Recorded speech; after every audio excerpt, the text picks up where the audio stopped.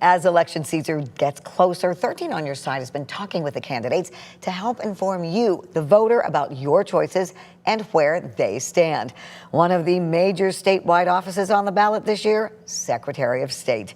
13 on Your Side political reporter Josh Alberta sat down with the candidate endorsed by the Michigan Democratic Party. He joins us now with that conversation. Josh.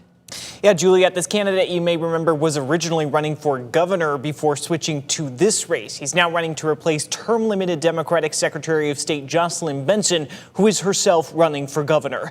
This office is responsible for a lot, operating pretty much like the DMV in other states, and also being our state's top elections official.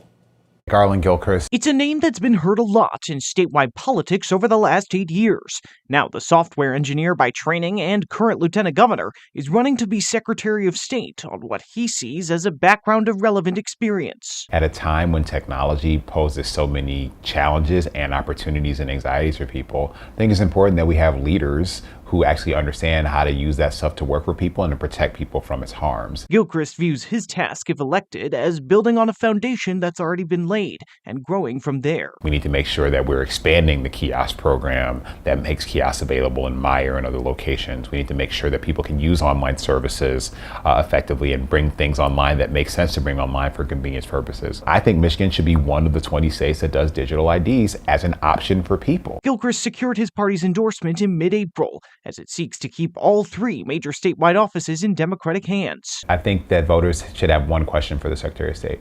Are you going to show up for me, or are you going to only be responsive to, your political overlords in Washington? Among the Secretary's biggest duties is overseeing the state's elections. We have to have a Secretary of State that makes sure to protect your right to vote, to use that tool, that power, to fix the systems that are failing you, to vote the big money out of our politics that's skewing politicians' priorities, to vote to protect our environment and be stewards of our water, to vote to be able to bring down prices and bring health care and child care to more people. His conversation with 13 on Your Side came amidst a number of recent electoral flashpoints, including a primetime speech from President Donald Trump just days earlier. He has done things that have failed people, failed families, and failed communities, and that is so unpopular that rather than having a better idea, making a better argument, or putting in place better policy, he instead is trying to wreck this voting system. And we need to have a Secretary of State we can trust, someone who will show up for you, not only be responsive to Donald Trump as president.